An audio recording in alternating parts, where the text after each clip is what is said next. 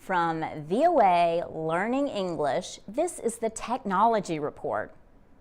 Around the world, commuters in big cities spend a lot of time stuck in traffic. In America, Los Angeles and San Francisco tie for second place on the list of cities with the worst traffic. The Texas A&M University Transportation Institute says Washington, D.C. is in first place. Professor Cyrus Shahabi knows about traffic jams. He lives more than 65 kilometers from his office at the University of Southern California in Los Angeles. He says he is always late for meetings, even with the help of a navigation system. So he decided to develop an app for his mobile phone that would help. The ClearPath app is designed to do what other navigation systems cannot. Professor Shahabi says his program uses historical data to predict traffic conditions before the driver leaves the house. The app uses traffic data gathered for more than 2 years from 9,000 sensors on the roads of Los Angeles. It also collects information on accidents. Cyrus Shahabi says his system does more than respond to current traffic conditions. With it, he says, a driver can enter what time he wants to leave on a specific date, and ClearPath will give the fastest route. It considers the entire road network, including streets and highways, before the driver begins his or her trip. A free ClearPath app for roads in Los Angeles is expected to be launched soon.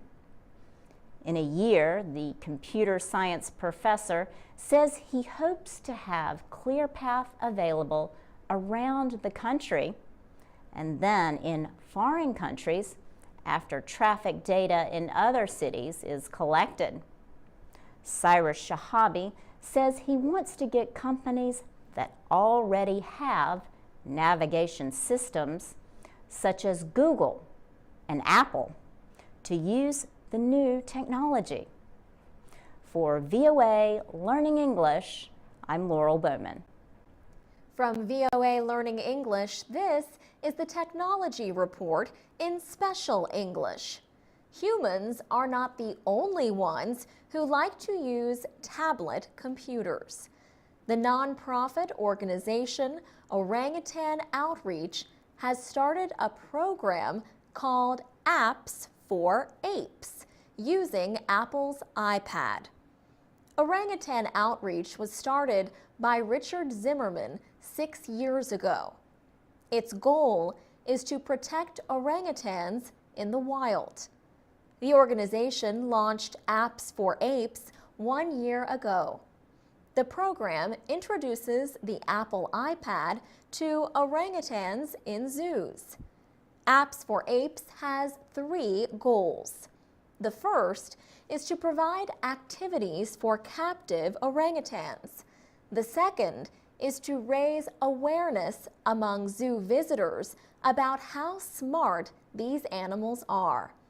The third goal is to urge people to visit Orangutan Outreach's website, redapes.org, to learn how they can help protect wild orangutans. Orangutan Outreach says the iPad is a perfect device for orangutans because of the touchscreen technology.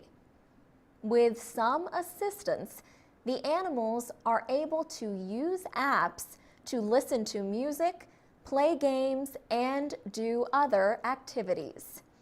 Apps for Apes was first launched at the Milwaukee County Zoo in Wisconsin. It has expanded to more than 10 other zoos and a rescue center for apes in the United States and Canada. and it is growing worldwide. Richard Zimmerman says the program could affect the behavior of orangutans, but it is too early to know. Zoo officials have told him about the apes' reaction to seeing and using iPads. He says young orangutans seem very interested. They go to the device immediately. Females seem to be the quickest learners, and some big males are simply curious about the tablet. They spend time watching it from a distance. For VOA Learning English, I'm Alex Villarreal. This is the VOA Special English Technology Report. The Hubble Space Telescope continues to make valuable discoveries after more than 20 years in orbit around Earth. Hubble recently showed a fourth moon orbiting Pluto. Astronomers temporarily named it P4. The moon is the smallest to be discovered around the icy dwarf planet. Astronomers estimate that the moon is from 13 to 34 kilometers across.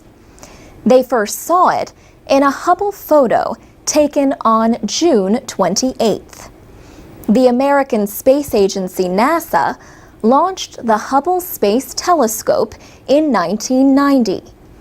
Reaching that day took years of work. Ed Weiler is NASA's chief astronomer.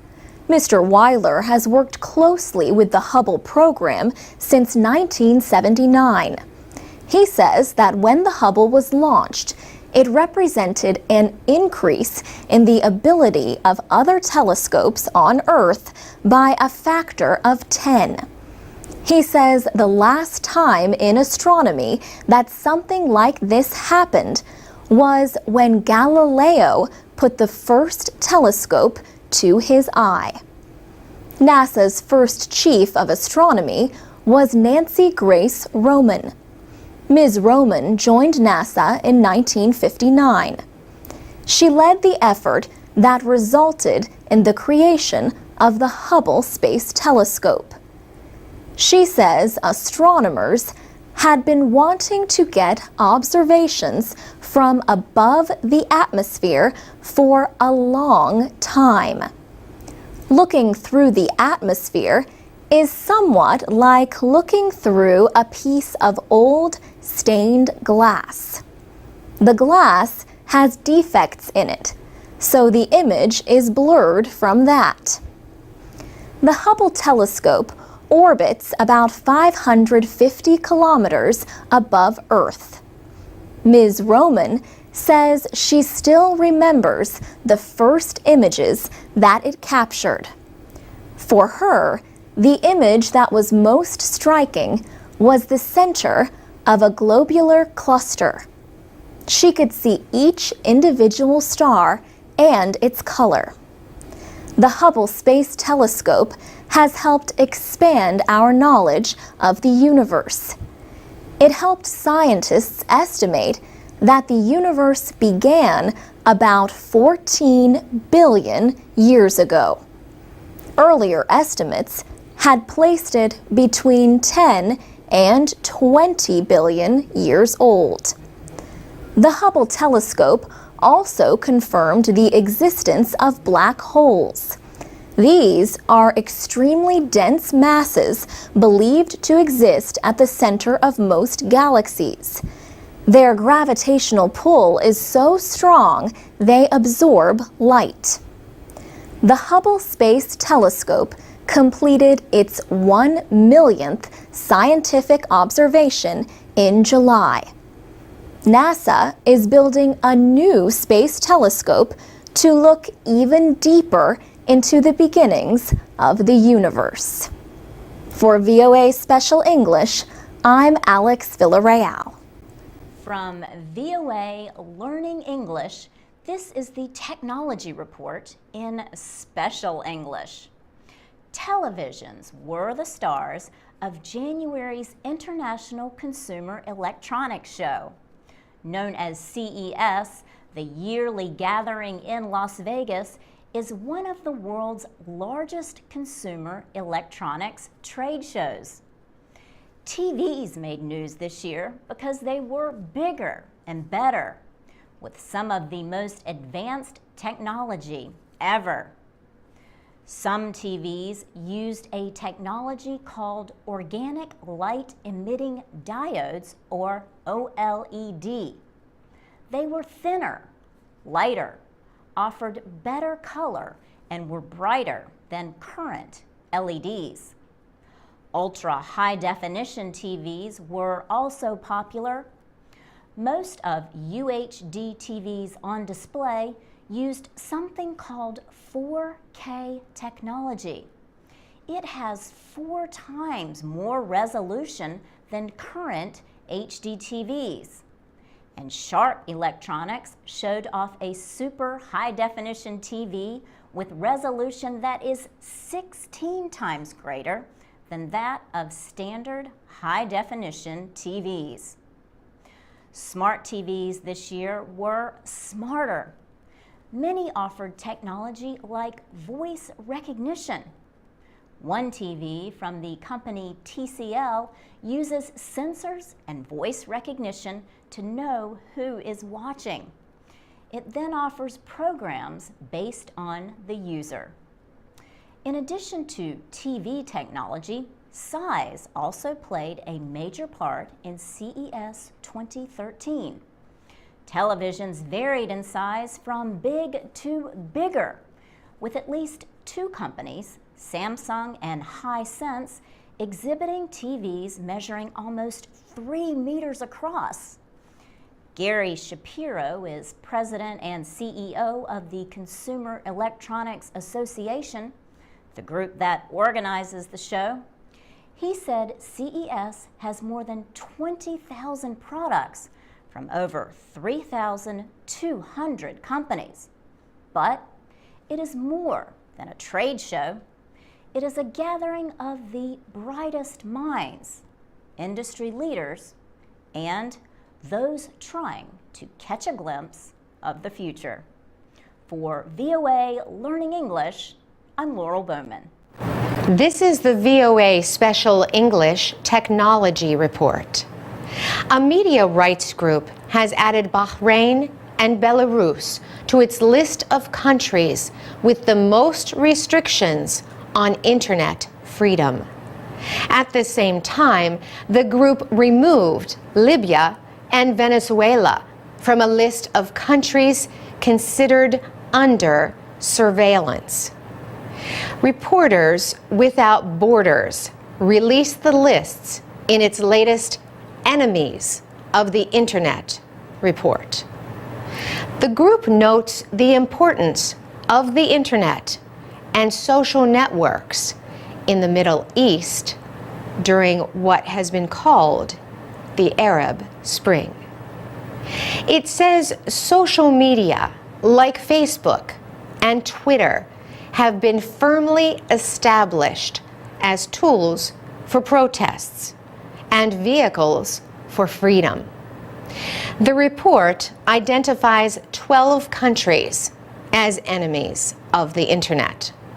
Among them are Burma, China, Cuba, Iran, and North Korea. The list also includes Saudi Arabia, Syria, Turkmenistan, Uzbekistan, and Vietnam. Bahrain and Belarus are the newest additions to the list.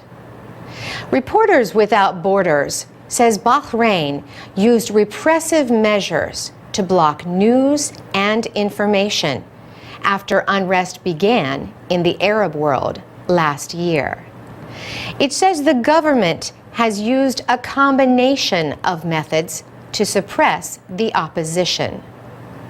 These include keeping international media away from the country, arresting bloggers, and harassing human rights activists. Delphine Algond heads the Reporters Without Borders office in Washington. She says Bahrain has a very developed system for watching and blocking online communications.